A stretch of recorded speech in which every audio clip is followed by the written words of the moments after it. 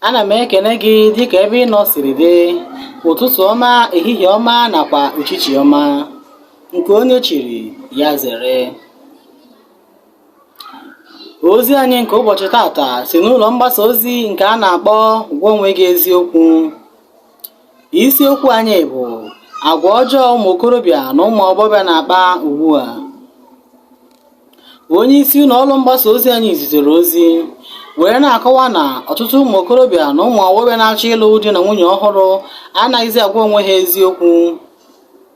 N'okwu ya, o mere ka anyị mata na otu n'ime ihe kpatara na ụfọdụ anaghị ebizi ruo ihe dịka afọ 4 maọbụ 5 were gbasaa bụ na nwoke agwaghị nwunye ya eziokwu maọbụ na nwaanyị agwaghị di ya eziokwu na mbụ tupu ha alụwa. Ọ gakwara n'ihu were kwuo sị na ụfọdụ ụmụ nwoke na-eji aka ha etinye onwe ha na nsogbu naanị na ọ hụrụ nwaanyị toro ogologo ma makwa mma.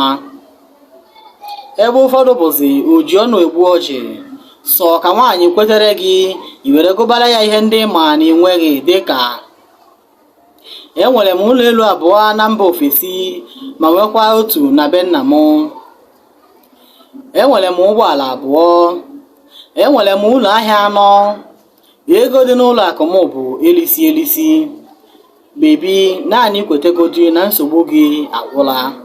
Ọ ma chefuo na onye ekweteghị ka ọha ebufee ya ma nna ya.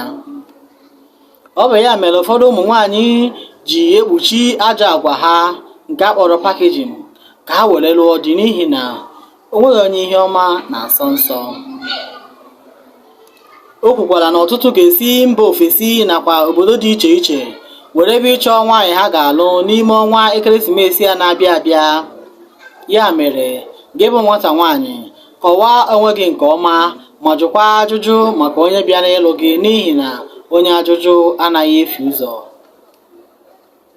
Ọ yakwaziri arịrịọ sị na ike agwụla ha ji ekpe ikpe agaghị m anụzi, ya bụ divorce.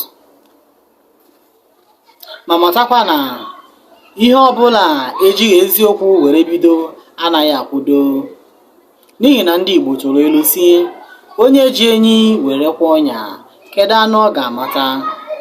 Ya mere, gwa onwe gị eziokwu tupu ihe emebie. Nke tata bịara n'isi njedebe. Aka m bụkwa nwanne gị nwaanyị, Amaka Nne for Christ. Tụsara m ozi a, dekwazi ihe nghọta gị ka ọ dị oge ọzọ.